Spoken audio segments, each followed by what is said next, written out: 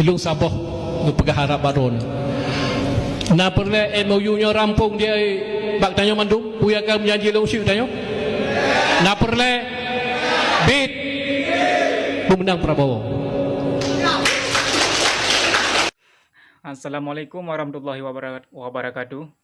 Kepada mualim baik ni pegah tak lagi ya mualim menyenak kampanye presiden baik lagi kan. Malai bak tanya kan. Ngamba walaupun ada pilih Prabowo kan.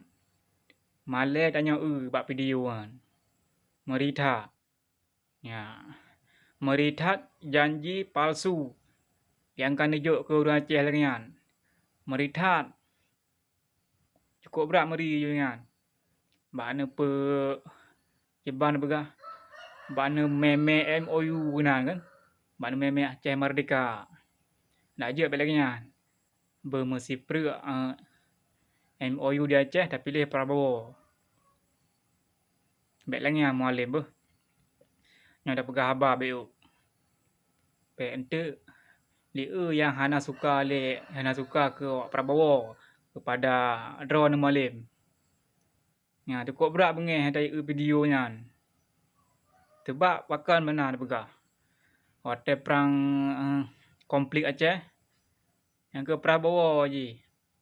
Yan. Ketua awak juk TNI kirim ke Aceh yang ke Prabowo. Hana jalan li kecuali tak perang Aceh nyo ikun li Prabowo bakoran. Pitanya ha tengah ada tajamun. Tegang itu lam iten deuk laut kan. Ha tengah teruk kenam ya katro regional.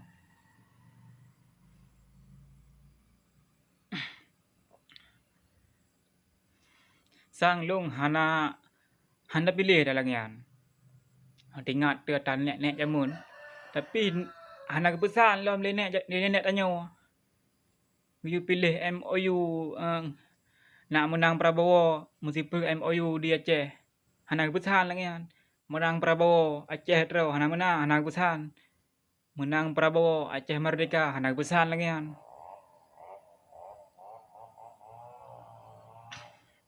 Biar ni pegah habar lagi kan le. Kali hang kakak beh. Lagi so ketua DPR Rosa.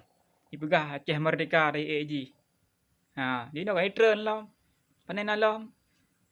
Ali cok peng. Yang diharapkan oleh masyarakat Aceh Merdeka. Kita pegah habar palsu habis-habis tanya. Nyok kerap pemilu apa? Mana patih lom. Nak mentang Assalamualaikum warahmatullahi wabarakatuh.